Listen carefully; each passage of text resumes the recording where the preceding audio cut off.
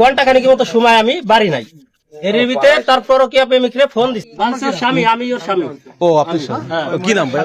জি জি, কি নাম আপনার? আমার নাম ফাহাদ। প্রবাসী ফাহাদ মোল্লা দীর্ঘদিন জীবিকার তাগিদে বিদেশে কাটিয়েছেন। সম্প্রতি তিনি দেশে ফিরে এসেছেন।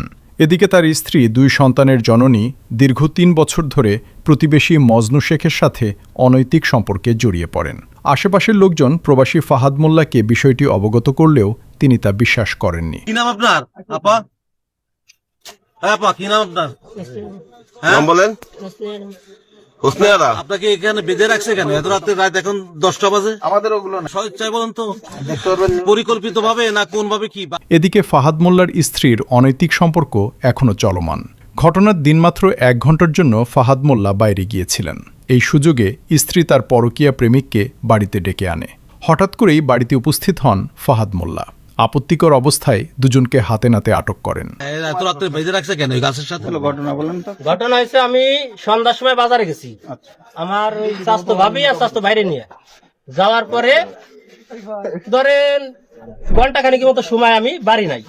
এর ভিতরে তারপরও কি প্রেমিকরে ফোন দিছে, ফোন দেয় নাই, SMS করছে ইমোতে।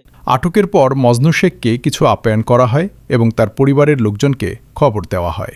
এদিকে তার স্ত্রীর পরিবারকেও খবর পাঠানো হয়। স্ত্রীর পরিবারের কাছে তাদের মেয়েকে হস্তান্তর করা হয়। মজনু শেখকে থানায় পাঠানো হয়। আপনি মেয়ের কি হন? আপনি কি হন? মামাতো ভাই। মামাতো ভাই। আর আপনি মেয়ের বোঝা না কিন্তু নাকি? কোনো সমস্যা নাই তো? ঠিক আছে।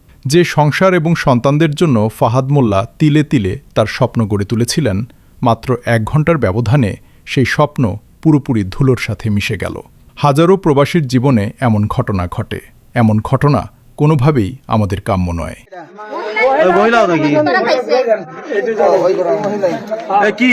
কি নাম আপনার?